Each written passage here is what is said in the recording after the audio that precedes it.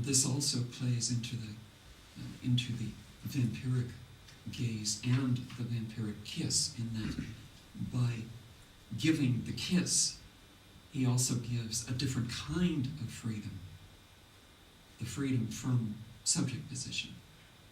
And he does that with a different kind of kiss. I mean, there's the kiss of the drinking, the kiss of blood, and then there's the kiss of subjective freedom. And that kiss looks different.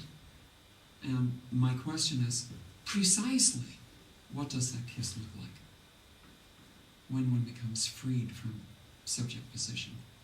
And we know people who have been freed from subject position. And there are several in this room.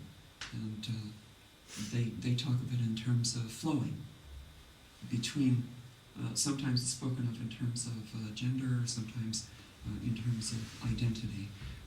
They are more or less different aspects of the same thing. They are about changing subjectivity at will. They are about subjectivity rather than being a ground and foundation of being, rather subjectivity as a boat which is floating on the waters, and that this boat is anchored in one place only momentarily, and that we can pull the anchor up. And when we pull the anchor up, we can move the boat to another position in the continuum of subjectivity, and we can put the anchor down again for a while. And in that motion, in that flowing from one place to another, in this infinitely rich spectrum of identity, what is gained, what is lost? All positions on the sea are not equal. Some of them have whirlpools, and some of them have hurricanes, and some of them have delightful climate and calm waters. And at one point or another, if we pull up the anchor, we visit them all. And what's gained and what's lost by being in different places on this sea. That's really what that's what I was after in that little riff in the word desire and technology.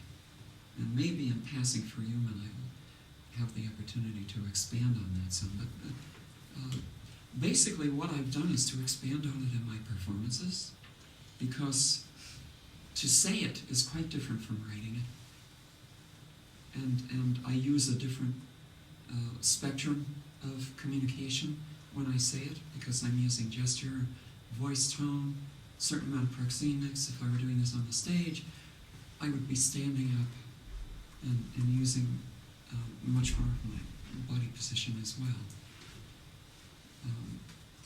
I haven't quite figured out how to do this in the book, that it's also necessary to write. You have to write. You cannot escape writing. You can't. Ultimately, you are trapped by textuality.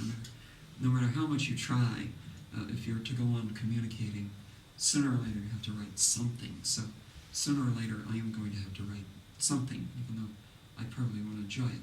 But it won't be the same as when I get up in front of an audience and perform it. And that's partly what I mean, once again, with the non-predicate. What I say on a page is not the same as what I say from the stage. What people hear when I do this from the stage is not the same as what they read on the page. And how they process it in their minds is completely different. And maybe both of those are necessary to complete the thing itself. But I do feel that both of them are, in fact, necessary, that the book alone does not, which is one of the reasons it's so brief, the book alone does not convey the entire message. And the performance conveys a lot more, but again, it doesn't convey all of it. You need somehow both of these in juxtaposition to read them as, in some sense, some sort of discursive structure that is in tensivity, that speaks to itself in various forms of tension, and out of that tension comes something else, which I can't name, which is ultimately what this is all about. That's the non-discursive element, the unnameable discourse, which, for me anyway, is at the heart of all of this. It's what the University of the Future is about. It's what the future theory is about.